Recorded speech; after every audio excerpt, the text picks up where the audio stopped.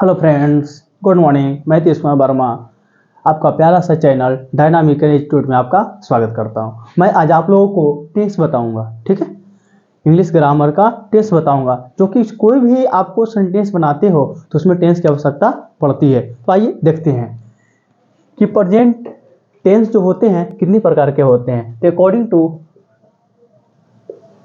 To time there are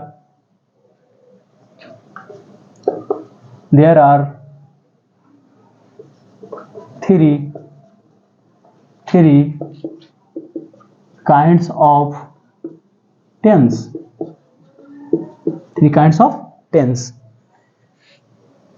कहता है according to time there are 3 kinds of tense.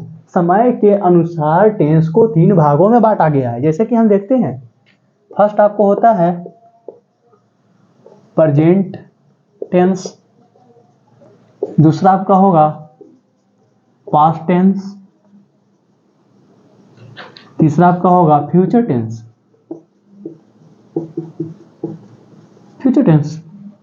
अब देखें कि समय के अनुसार प्रेजेंट करने का मतलब क्या है। जो समय अभी चल रहा है, जैसे कि मैं अभी पढ़ा रहा हूं आपको, ठीक है, आप पढ़ रहे हो तो क्या होगा, प्रेजेंट टेंस। जो समय अभी चल रहा है उसको वर्तमान काल बोला जाता है। दूसरा पास्ट टेंस, मैं कल पढ़ा दिया, कल आप पढ़े थे, तो क्या हो गया, जो समय बीत चुका है उसे पास्ट टेंस की बात करें। फ्यूचर, मैं कल पढ़ाऊंगा, ये भविष्य की बात कर रहा है ना। मैं कल पढ़ाऊंगा, कल आप पढ़ोगे, ये हो गया फ्यूचर की बात।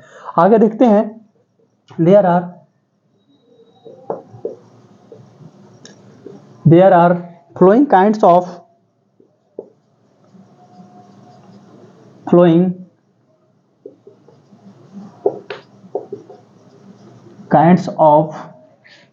कहता है there are following kinds of present,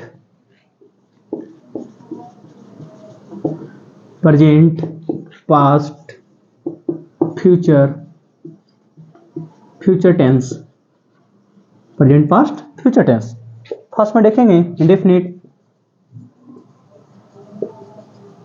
indefinite, या इसको हम सिंपल टेंस बोल सकते हैं। दूसरा आपका होता है इम्परफेक्ट,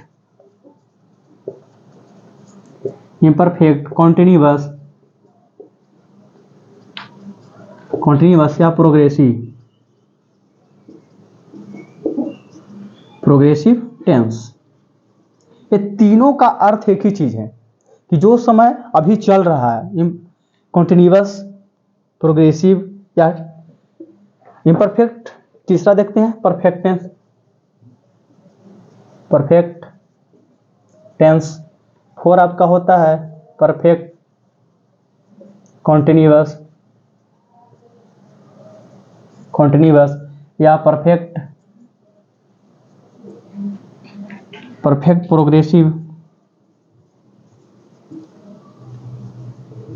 प्रोग्रेसिव टेंस, है ना।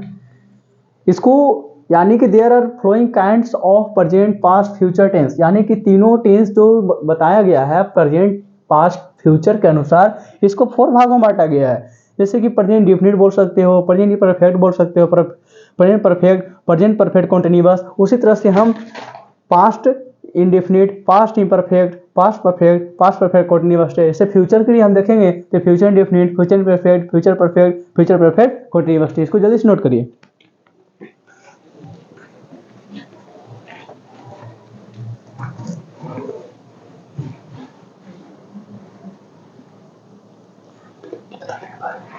जैसे कि आप लोग ये उतार लिए होंगे, तो हम आगे बढ़ते हैं, है ना।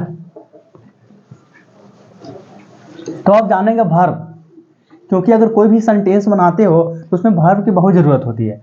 तो हम वर्ब को जानेंगे कि वर्ब क्या होता है ना। तो हम वर्ब के बारे में देखेंगे कि वर्ब क्या है, वर्ब कितने प्रकार के होते हैं, ये सारी बातें को हमको जानना है, ठीक है। तो देखते हैं वर्ब क्या है। वर्ब एक्शन डिनोटिंग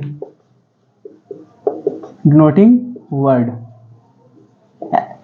वर्ब क्या है? एक्शन डिनोटिंग वर्ड है, यानी कहने का मतलब यह होता है बच्चों कि जिससे कुछ काम करने का बोध हो, जैसे खेलना कूदना पढ़ना लिखना सोना, ये सब क्या है? कुछ काम ही है काम करने का। और अगर मान लेते हैं कि कौन सा शब्द ऐसा है जो वर्ब है, नाउन है, इसको पहचानने के लिए एक आपको ट्रिक देते हैं, जिस शब्द के अंत में ना लगा हो, जैसे कोई भी आप एक शब्द लो जिसके अंत में ना लगा हुआ हो और वर्ब ना हो। पटना को छोड़कर एक्सेप्शनल में भी रहता है पटना, ये आपका नाउन में चला जाएगा, लेकिन कोई भी लिख लो, लिखना, रोना, पटना को छोड़कर बता रहे हैं, ये पटना नाउन में है, इसके से भी ना लगा हुआ है, लेकिन ये सब क्या आते हैं? वर्ब में हो जाते हैं। तो ये बातें समझ में आई। अब देखते हैं कि वर्ब कितने प्रकार के होते हैं। वर्ब दो प्रकार के होते हैं, एक होता है मेन वर्ब, दूसरा होता है आपका ऑक्सिलरी। ऑक्सिलरी वर्ब बोल सकते हैं इसको, या इसको हम हेल्पिंग वर्ब भी बोलते हैं, हेल्पिंग वर्ब। वर्ब के बारे में ज्यादा विश्लेषण नहीं करेंगे, क्योंकि वर्ब जब चैप्टर पढ़ाएंगे उसमें आपको वर्ब के बारे में बताएंगे कि मेन वर्ब क्या है, ऑक्सिलरी वर्ब क्या है, हेल्पिंग वर्ब क्या है। लेकिन इसमें बस थोड़ा सा आइडिया ले लीजिए कि मेन वर्ब होता है, ऑक्सिलरी वर्ब होता है और हेल्पिंग, क्योंकि हमको टेंस पढ़ाने में जो सेंटेंस बनाएंगे यूज करेंगे उसमें आपको थोड़ा सा ये काम आएगा, तो हम इसको बताते हैं। जिससे काम करने का बोध होता है, इसको हम लिख सकते हैं एक्शन डिनोटिंग वर्ड। तो इसको भी फटाफट नोट करिए।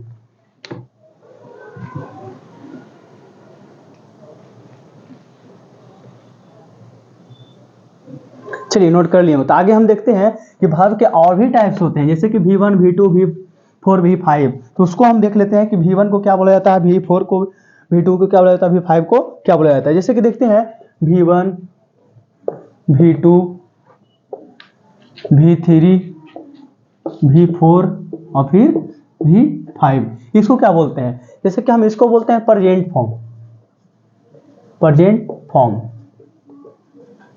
फॉर्म्स, इसको पास्ट फॉर्म, इसको बोलते हैं पास्ट पार्टिसिपल,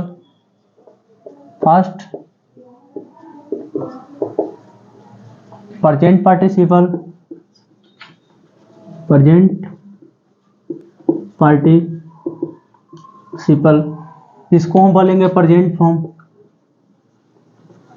फॉर्म। आप लोग को दो चीज में कंफ्यूजन हुआ होगा, अरे V1 भी प्रेजेंट फॉर्म है, V5 भी प्रेजेंट फॉर्म है, तो दोनों ही प्रेजेंट ही होते हैं। ये आपका पास्ट फॉर्म है, ये आपका पास्ट पार्टिसिपल, ये प्रेजेंट पार्टिसिपल में कहलाता है। इसको में हम ING भी बोलते हैं, V4 को हम ING वर्ड लगाकर बनाते हैं। अब देखिएगा तो V1 होता है आपका प्लूरल होता है, क्या होता है? प्लूरल। और जो V5 होता है आपका सिंगुलर, V5 होगा सिंगुलर। इससे आपको पहचान करना है कि V5 जो होता है क्या होता है? सिंगुलर, और V1 क्या होता है? आपका प्लूरल होता है। इसमें एस या ES भी लगाते हैं, V5 में क्या लगाते हैं? एस या ES। तो इसको समझने वाली बात है कि V1 प्रेजेंट फॉर्म प्लूरल कहलाता है, V2 past form, V3 past participle, V4 present participle, इसमें ING लगाते हैं। और V4 में V5 present form singular number में और सब्जेक्ट, और कोई भी वर्ब हो उसमें एस या ES लगाते हैं। तो एक बात आप लोग ध्यान से देखिएगा, जैसे कि हम नाउन को लेते हैं, थोड़ा सा नाउन यूज होगा इसमें। जैसे कि नाउन है, जैसे बॉय ये नाउन है आपका, क्या है? नाउन। अगर बॉय में अगर एस या ES लगाते हो, बॉय में अगर एस या ES लगाते हो तो ये आपका बन जाता है प्लूरल। नाउन में ये क्या है? नाउन, ये आपका सिंगुलर है, क्या है? सिंगुलर।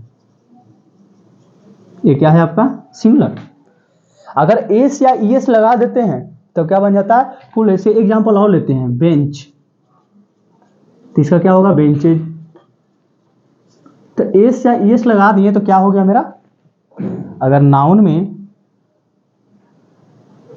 एस या ES लगाते हैं तो क्या बनता है? प्लूरल।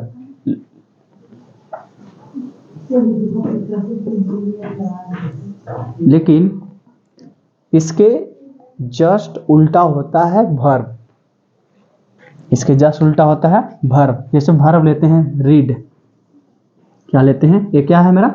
वर्ब, बॉय है लड़का, ये क्या है नाउन।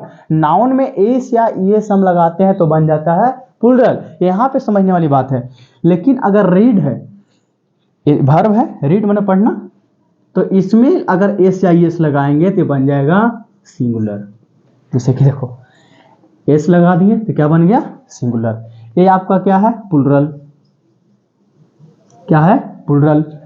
अगर वर्ब की बात कर रहे हैं, वर्ब में अगर एस या ईएस लगा दोगे तो क्या बन जाएगा सिंगुलर। यही दोनों में अंतर है, समझनी है बात को। अगर वर्ब में अगर एस या ईएस लगाते हो तो बन जाएगा सिंगुलर, अगर नाउन में एस या ईएस लगाते हो तो बन जाएगा वो प्लूरल। इस बात को समझना है। जैसे कि सोना, स्लीप देखते हैं कि एग्जाम्पल और सोना, सोना सोना नहीं लिखना, राइट तो क्या हो जाएगा WRITES राइट्स, है ना। पढ़ना सोना, बीट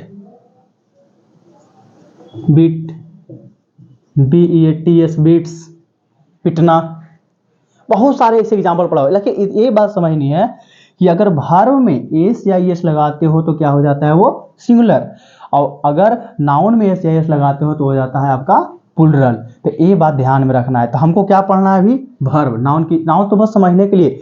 अगर वर्ब में एस या ईएस लगाते हो तो सिंगुलर, अगर एस या ईएस लगाते हो तो क्या हो जाता है सिंगुलर, और सिंगुलर कौन फॉर्म में है V5 में। किस में है V5 में, यानी कि ये जो वर्ड है किस में जाएगा V5 में। अगर किसी भी वर्ब में अगर एस या ईएस लगाते हो तो क्या कहलाता है सिंगुलर, और सिंगुलर किस में है प्रेजेंट फॉर्म यानी कि V5 में। यानी कि यहाँ पे जो वर्ड लिखा हुआ है रीड, तो किस में है प्लूरल, क्या है प्लूरल, ये क्या है रीड प्लूरल, यानी कि वर्ब है इसलिए क्या है प्लूरल। तो किस में जाएगा V1 में, यानी कि जो रीड लिखा हुआ है ये V1 का है। समझ में आई बात, तो इसको फटाफट नोट करिए।